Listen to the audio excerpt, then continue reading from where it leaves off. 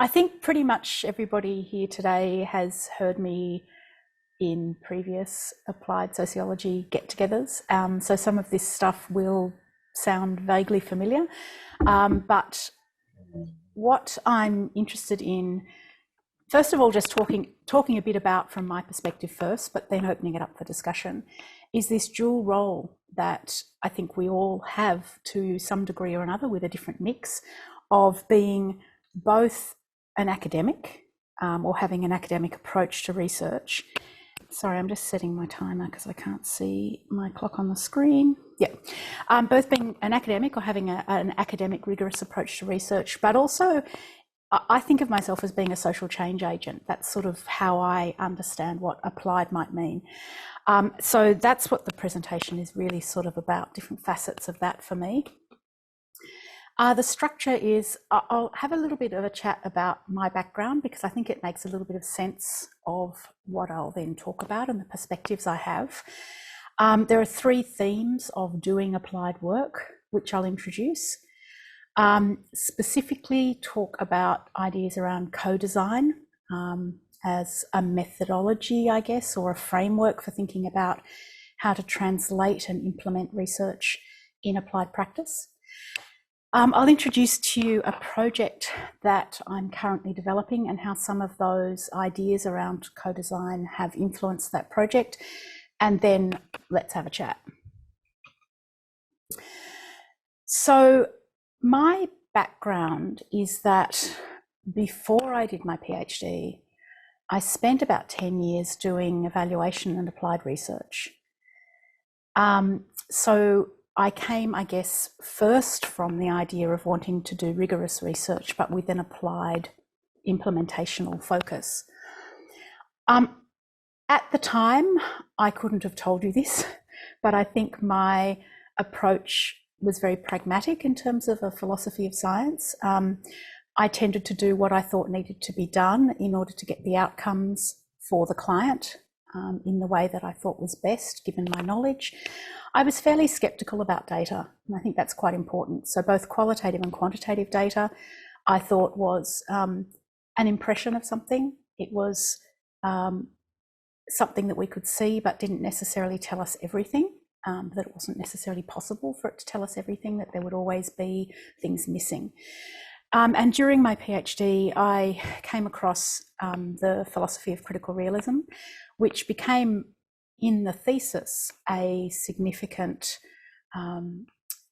what Pascal would call underlaborer. So the system of thinking that enabled the decision-making and the analytical processes during the thesis. And it has since, basically now that is how I work.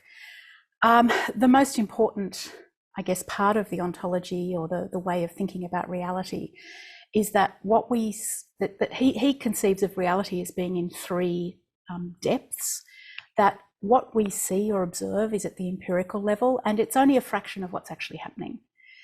So when we do research, we need to be theorizing the structures, the powers, the mechanisms which are sitting underneath what we actually see, causing things to happen. But importantly, these are things that we can't actually see directly. So therefore, causal explanation is actually theoretical description of what is happening at this real level, at this causal level. And that kind of underpins then how you think about data, how you think about your empirical analysis, and how you think about what the outcomes of your research are able to be. The other important thing, which I haven't written in the slide, is that part of the knowledge, epistemological part of critical realism is that all of the ways that we understand and theorize knowledge are going to be culturally, historically, contextually dependent. So there's a real sense of values actually matter, which is the first of the themes that I think are important in doing applied work, or they have been for me anyway. The first thing is that I started out doing applied research by doing evaluation, and one of the very first things you strike in that kind of work is that values are important. Who gets to decide what success is, what good is, what are the criteria, on whose ideological shoulders do those decisions get made? And therefore, the importance of both criteria that are used to judge, but also the politics of power. Who gets to actually decide and what do they get to decide? The second thing is theory. So I think there are a lot of people that do applied research or even academic research who possibly don't really engage with theory overtly or maybe as much as would be useful. In applied research, I find theory extraordinarily useful. As I've written there, I think that there's something about the power of when you abstract from what you can see from patterns in the data to theories that describe what is happening in that data in a slightly more generalizable, slightly more abstracted way, that it enables you to go from this one specific encounter with, for example, a program, to how programs of similar natures working in similar ways, in similar contexts for similar people may actually be working also. So that's theoretical abstraction, the going up one level from what you see in the data. And theory in critical realism is actually necessary because you need the theory to go from the data you see to imagining the mechanisms, the structures, the powers that exist to bring about those things that you see. And the corollary of that is that by doing that process, you're actually generating theory as well. So you probably, if you've been to these sessions before, have heard me talk about the importance of theory. The third part, and I guess what we're mostly going to be looking at today, is different ways of thinking about how one does applied work, different ways of thinking about the gap between research and practice and how you might bridge that, how you might allow research to inform practice and practice to inform research. And there's two things I'll mostly be talking about. The first is utilization focused evaluation, which is where I first kind of started thinking about this work. Michael Quinn Patton is, I would argue, one of the seminal research theorists and practitioners who's been working for 40 odd years in the field. Sociologist, by the way, talks about evaluation as being applied sociology, and also how different theories within sociology have informed his evaluation practice. He's a really interesting guy to read. Secondly, looking at some recent literature about implementation science, integrated knowledge, translation theory, different labels that are really put onto frameworks for thinking about how to bridge that gap between research and practice. So the first thing is Michael Quinn Patton and utilization focused evaluation. There's two publications there, which really, I guess, are the ones that most refer to this way of thinking. And a quote from a recent-ish paper of his, utilization focused evaluation is a process for making decisions about an evaluation's priorities. Sorry, I just have to move my little thing. Evaluation's priority, purpose, and design in collaboration with an identified group of primary users focusing on their intended users of the evaluation. So it's really turning around this idea that as researchers, the point of, you can get rid of evaluation, put in applied research, but that the idea of trying to have our research used means that we need to see or understand how it could be used and reflect that in the design process. We need to think about who's going to be using it and make sure that the research is framed according to their values and their objectives so that it makes sense to them and it meets their needs. Work really closely with the people who are actually going to be applying the work so that when you get to the point of actually delivering the new knowledge, they've been taken along for the ride, I guess, that they've bought into it along the way.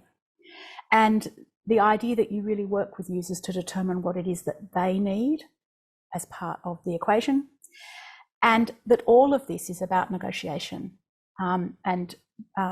Quinn Patton talks about a menu of possibilities. And I think we've probably all had that experience with research. It's, that problem of trying to define the research question. But in this case, you're defining the research question with the idea of the user, their needs, and who has the responsibility for applying it at the end. And all of these things are part of your decision-making process. The second idea that comes under, I guess, some of the more recent theoretical material is the idea of knowledge translation.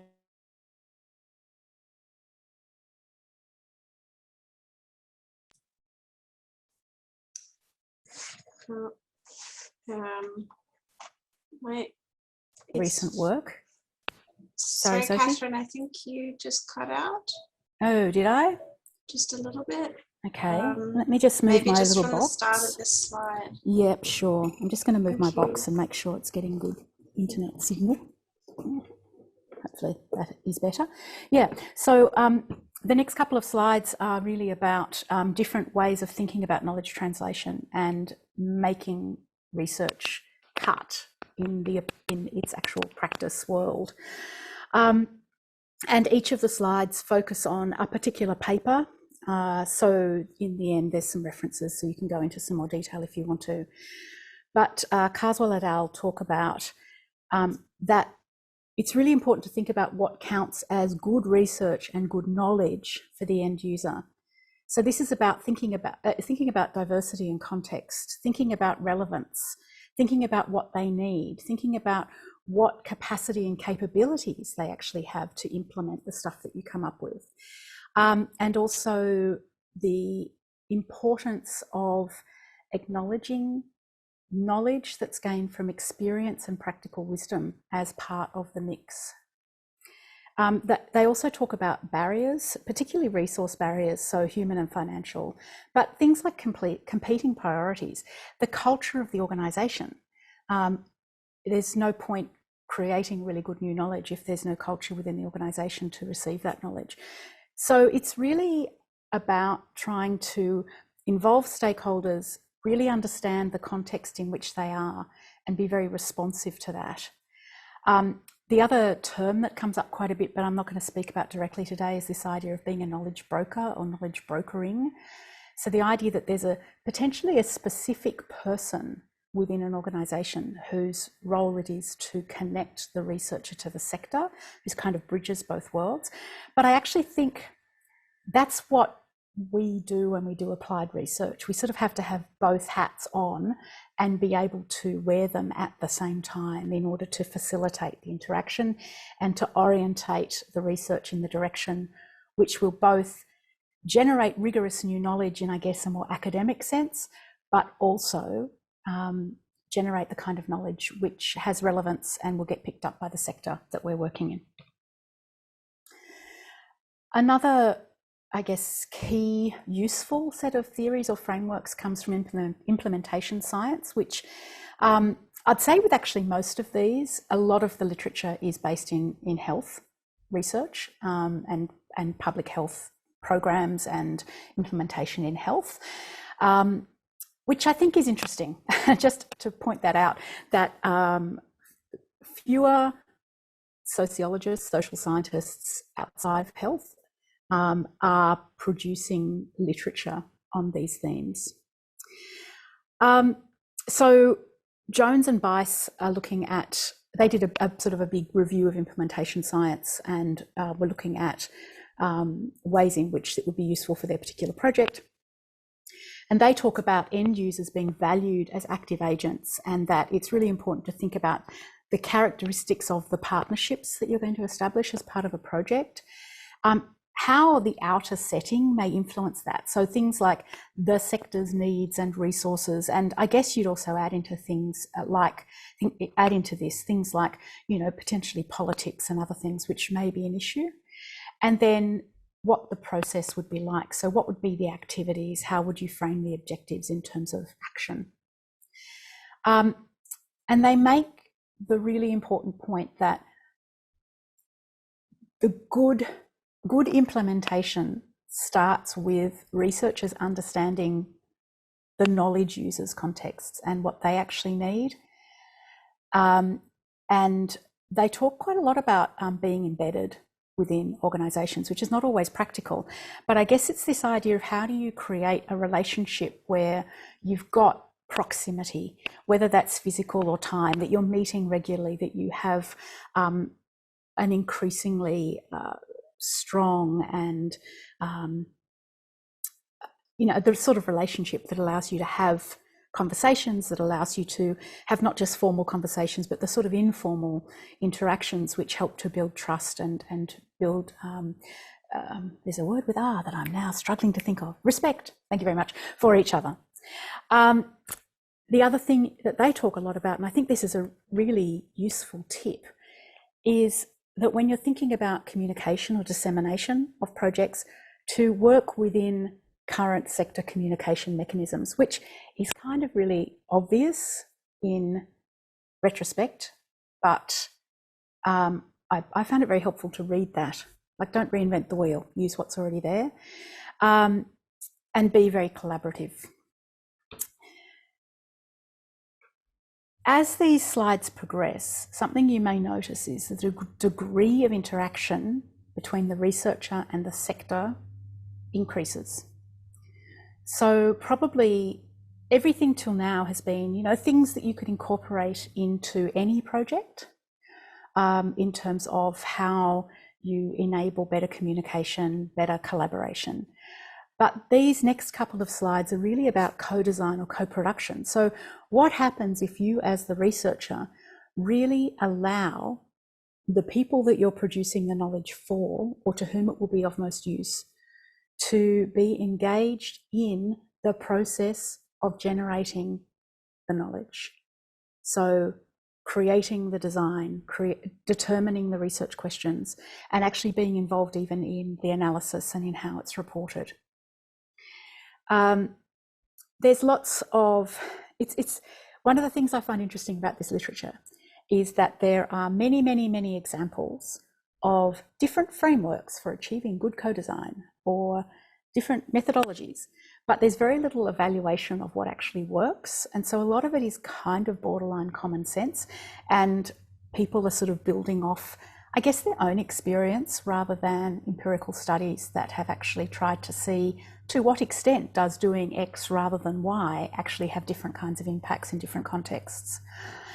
But I really liked this knowledge to action list by Holmes et al. Of, I guess, actions to take as a researcher, things to think about. So the idea of co-producing knowledge, so bringing in the diversity of perspective, expertise and skills of the researcher and the sector, and also the idea of embracing research as public good. And I think this is something else that underpins maybe applied research compared to academic research, that there's a political sociology in applied sociology, I would argue, because the reason probably why most of us are doing it is because we actually do want to activate change because we believe it will make things better for people.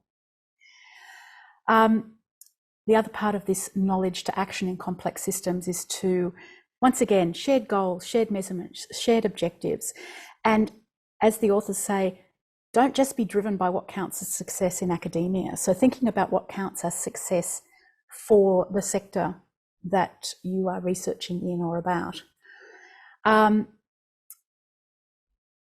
other thing they talk about, which I think is interesting, is the idea of contingent funding. So that part of the way co-design research could be funded is actually making the funding contingent on a true, whatever that looks like, co-designing process. So it forces is the wrong word, but strongly encourages that kind of relationship between the researcher and the sector to develop something together.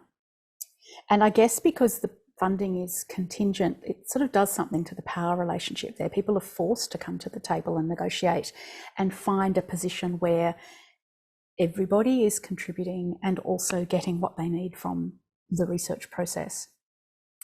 They also talk about the importance of being strategic with communication, and once again, using the organisations for whom you're working to facilitate communication. And there's just one last piece of literature that I'll share, because I also really liked this idea. This is a paper by Briscoe and Persad, who are writing to academics in the academy saying, we all know that impact is ever increasingly important and that these are things that we are being judged on. But none of us have ever really done it before. How do we do it? How do you develop an impactful practice as a researcher? And they talk about having a persona as an entrepreneurial researcher. So being the change agent, being the person who takes the first steps and connecting to a sector for whom their knowledge is important. And that from the very beginning of a process, of a project, thinking strategically, planning how you're going to disseminate, how you're going to mobilize your funding, and your findings, that's what I'm trying to say. And they suggest 4 questions to ask, which I think are really helpful. Who stands to benefit? Who will be involved when and how? Who will be the audiences that benefit, and how will the research benefit them? And then what is the best way to communicate with these audiences? I personally find sort of questions like this really helpful analytical frameworks for thinking through what needs to happen next. So that's sort of, I guess, a bit of a theory background to some of the things I've been thinking about at the moment. And now I wanted to introduce to you just the basics. It's pretty much a work in progress, but the design of a current project. It's a project that is for the legal assistance sector, but will happen, hopefully, in an academic. Well, I'll be employed as an academic to do this project for the sector. So what I'm thinking about is I've got lots of choices about how I might establish that project to have both academic outcomes met, so that I might have a career one day, and secondly, so that the sector, for whom I've worked quite a lot in the past, can get knowledge that I know that they need, and in a way that both enables them to use it, but also gives them skin in the game so that they want to use it and so that they feel connected to this new knowledge, which hopefully I'll be able to deliver. So what we're interested in is legal need, which is problems that people have that you could solve through a legal mechanism, and the connection to disadvantage, because the way the sector talks about what they do is that they're providing legal assistance, access to justice to the most marginalised. So they're responding to legal need in the context of disadvantage in order to improve the lives of the marginalised. So what this project is then wanting to achieve is to first extend the conceptual understanding of legal need, because at the moment I would argue it's well, fairly, let's not go into it, but extend the conceptual understanding of legal need. And secondly, to enhance the capacity of the legal assistance sector to achieve their goals, which is to provide access to justice to the most marginalised. And there's 4 ways in which, I've never filled in the top, you can just pretend that I wrote something nice there. 4 ways in which so far I'm thinking I will try and achieve those shared outcomes. So this is me thinking about how to design parts of the project in order to facilitate and encourage that knowledge will be implemented, that it will have an applied outcome, that it will change practice, that it will bring about, that the knowledge will actually action things, and that evidence will be used. So the first thing I'm thinking about is a reference group. The important thing here is that people are both practitioners but also decision makers, agenda setters, the leaders, so that when they're brought along the journey from the beginning to the end of the project, that they then are the people that have the capacity to actually start implementing things into policy and practice. I think having practitioners in a reference group, because they are practitioners, is really helpful, obviously, because they understand what is being done and why within the sector. But actually strategically thinking, well, who are the people responsible for decision making? And having that and other criteria is something that came out of that literature for me very strongly. I've put here that their role will be to have a planning and process feedback, shared decision making. Now I've put shared with little question mark. I think this is one of the hardest things, is what does shared actually look like? Who actually has the final power of decision making, or is there a need for consensus? If I've been funded under an academic program, to what degree does then the sector actually get to decide what happens, or to what degree are they a sounding board? And these are things I'm still trying to work through, because true co-design or co-production would have an equality of relationship, and I'm not actually sure that that is possible. And it's an interesting thought. It's just interesting when you also start thinking about ethics implications and all sorts of things about who makes decisions and takes responsibility for decisions. And I'm thinking I'll meet with them quarterly, but in a very specific, at specific times where their input is needed and where the most efficient use of their time would be in terms of the reciprocal interaction with the development of the project. I'm thinking of having 2 big workshops, one towards the beginning of the project and one towards the end. This is a 3-year time frame, by the way. The first, I'm calling them both knowledge exchange workshops.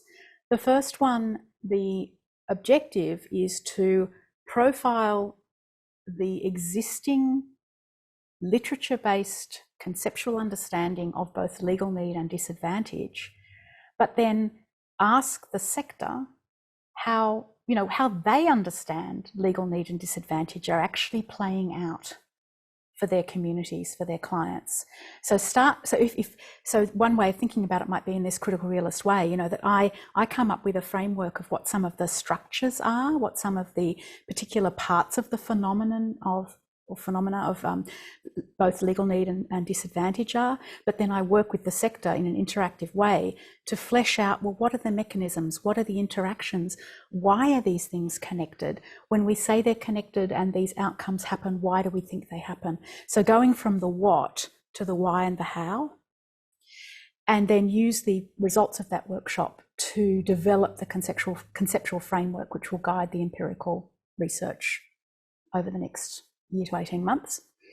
And then towards the end, to have a second knowledge exchange, which is sharing the results of the empirical research, but with a purpose.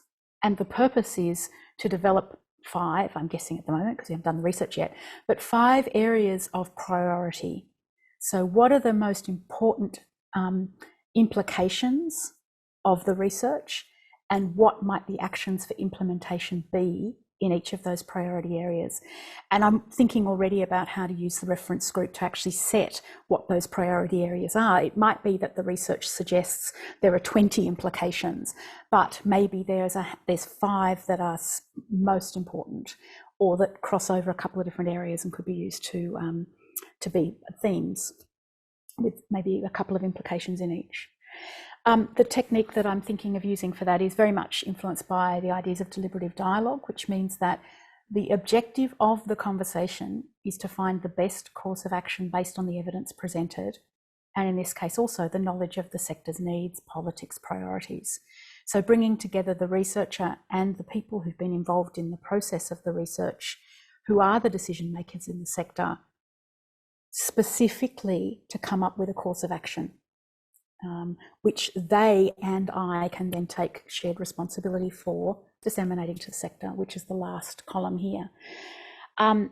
These are really just a list of outputs, and obviously still needing a bit of work, but there are 2 potential reports which I could see being of use to the sector.